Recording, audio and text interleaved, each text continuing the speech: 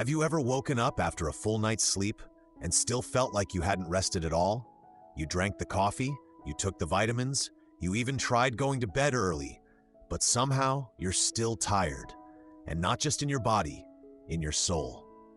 I remember meeting a woman named Claire at a friend's dinner party. She had the kind of smile that made you feel instantly welcome, the perfect hair, the polished conversation. Everyone thought she had it all together, but later that night, in the quiet of the kitchen, she whispered to me, "I'm exhausted, and I don't even know why." It wasn't that she was doing too much, it was that she was being someone she wasn't. In the next few minutes, I'm going to show you why the real reason for your fatigue might have nothing to do with sleep, diet, or stress, and everything to do with authenticity. We'll explore how the masks we wear slowly drain our life force, how Carl Jung's insights about the persona and the shadow explain this hidden energy leak, and most importantly, how you can reclaim your energy by coming home to who you really are. And here's the part that almost no one talks about. When you stop performing for approval and start living from your truth, your energy doesn't just improve, it surges. So let's start from the beginning, with the invisible role we've all been playing and the hidden cost it's been charging us every single day. 3 hidden ways you're draining your energy without even realizing it. We often think exhaustion comes from doing too much, too many deadlines, too many errands, too many responsibilities. But what if the real drain wasn't in your schedule, but in yourself?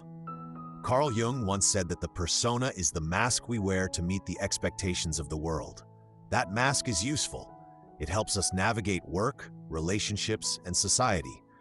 But when we live behind it for too long, it starts to cost us more than we realize. Hidden drain number 1, being someone you're not. Every time you adjust your words, tone, or even your smile to fit in, you use up mental and emotional energy. Think about a time you spent hours at a social event pretending you were having fun. The exhaustion afterward isn't just social fatigue, it's the price of inauthenticity. Hidden drain number 2, saying yes when you mean no. This one feels harmless, even polite, but each yes that goes against your true feelings is a small act of self-abandonment. Over time, these micro-betrayals add up, leaving you feeling heavy, resentful, and strangely tired for no obvious reason. Hidden drain number 3, ignoring your real needs. Skipping lunch to finish a project, holding in emotions to avoid conflict, forcing productivity when your body is asking for rest. These choices tell your nervous system your needs don't matter, and your energy responds accordingly. Here's the lesson. Energy doesn't just come from food or sleep. It comes from congruence, when your inner truth matches your outer actions. The more aligned you are, the less energy you waste holding up a false self. In the next part, we'll go deeper, because once you know the ways you're leaking energy, you need to know how to spot the mask you've been wearing and the subtle signs that it's been running the show. That's where the real transformation begins. 4 signs you're living behind a mask and how it's quietly burning you out. Most of us don't wake up and think, today I'll be fake. The persona doesn't work like that. It slips in quietly, shaped by years of learning what's acceptable, professional, or likable. Over time, it blends so seamlessly into our life that we forget we're wearing it until the fatigue starts to creep in. Sign number 1, you edit yourself constantly. If you're always running your words through an invisible filter before speaking, making sure they're polished, agreeable, or harmless, you're spending more energy on self-monitoring than on connecting. I once had a friend who never shared her real opinions at work. She was admired for her diplomacy, but inside she felt invisible. Sign number 2, you can't remember the last time you said no without guilt. This is the people-pleaser trap. A man I knew would agree to help everyone. Extra shifts, last-minute favors, even projects he hated, just to keep the peace. By Friday night, he felt like he'd run a marathon without moving an inch. Sign number 3, you feel more tired after social interactions than before. Social time should sometimes energize you. If it always leaves you drained, it's worth asking, am I showing up as myself or as a version I think others will like? Sign number 4, you can't relax alone without distracting yourself. When the mask becomes second skin, even solitude can feel uncomfortable. Silence makes the suppressed parts of you, the shadow, start to speak, and that can be unsettling. The lesson here is simple. Wearing a mask for survival is understandable, but wearing it everywhere turns life into a performance you can't step out of. And no actor can stay on stage forever without burning out. Next, we'll uncover what happens inside your body and mind when you live this way, and why performing for approval changes not just your mood, but your cravings, habits, and even your health. 5 ways performing for approval changes your body and mind. When you live for approval, it's not just an emotional drain. It rewires the way your body and mind operate. The constant performance sends subtle but powerful signals to your nervous system, shaping everything from your cravings to your mental clarity. Way number 1, your stress hormones stay elevated. Performing triggers the fight or flight response, even if you're just sitting in a meeting. One client told me she felt tense at work all day, then collapsed into exhaustion at home. Her body thought she was in a constant state of alert. Way number 2, your cravings shift toward quick comfort. When your emotional world feels processed and artificial, your body often reaches for processed foods to match. A friend noticed she binged on chips and soda after long days of being nice at a job she hated, not because she was hungry, but because she needed a hit of comfort. Way number 3, your digestion suffers. Chronic stress diverts blood flow away from your gut, making it harder to digest and absorb nutrients.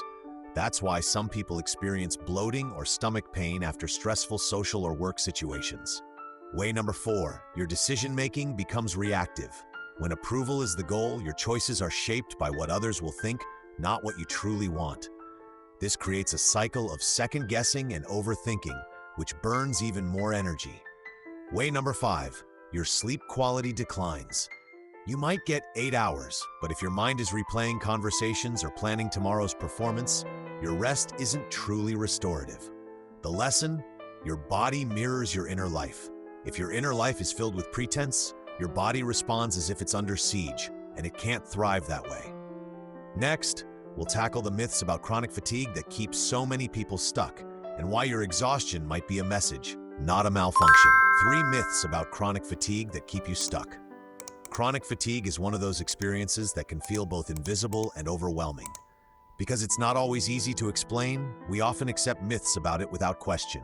Myths that can quietly keep us trapped in the same exhausting patterns. Myth number 1, fatigue means you're lazy. This belief is not only untrue, it's harmful. I once spoke with a teacher who worked tirelessly during the school year, but called herself lazy for needing weekends to recover.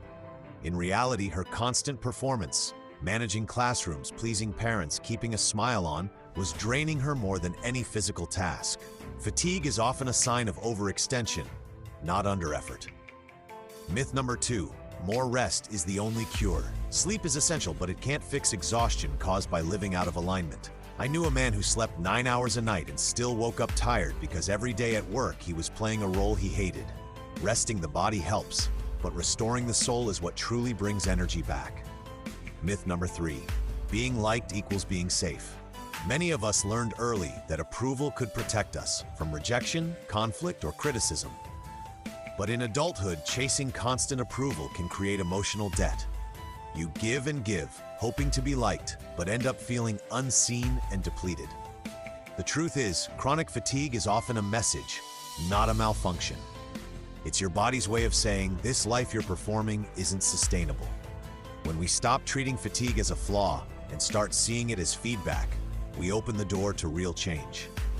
In the next section, we'll talk about how to respond to that message with 4 practical steps you can take to reclaim your energy and start living in a way that actually feels like you. 4 practical steps to reclaim your energy and live authentically. Once you see that much of your fatigue comes from living behind a mask, the next question is, how do I take it off? The answer isn't about burning down your life overnight.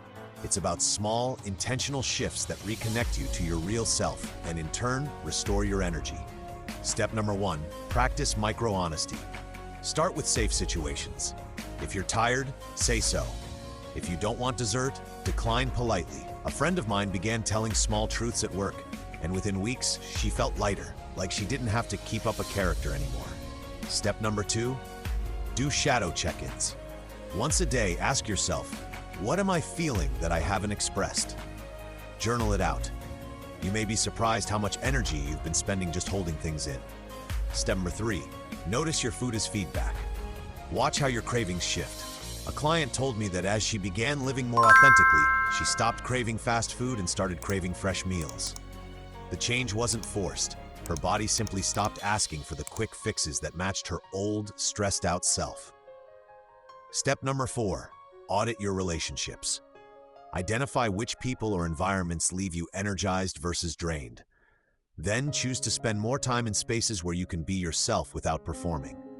Here's the lesson. Authenticity is like plugging yourself back into life's power source. You don't just feel better, you become more resilient, creative, and alive. If this resonated with you, subscribe to comments what you want the next video to explore. Should we dive deeper into shadow work? Or maybe the science behind how authenticity impacts your brain and body? Your feedback shapes what we create next, and together, we can keep uncovering the truth that heals.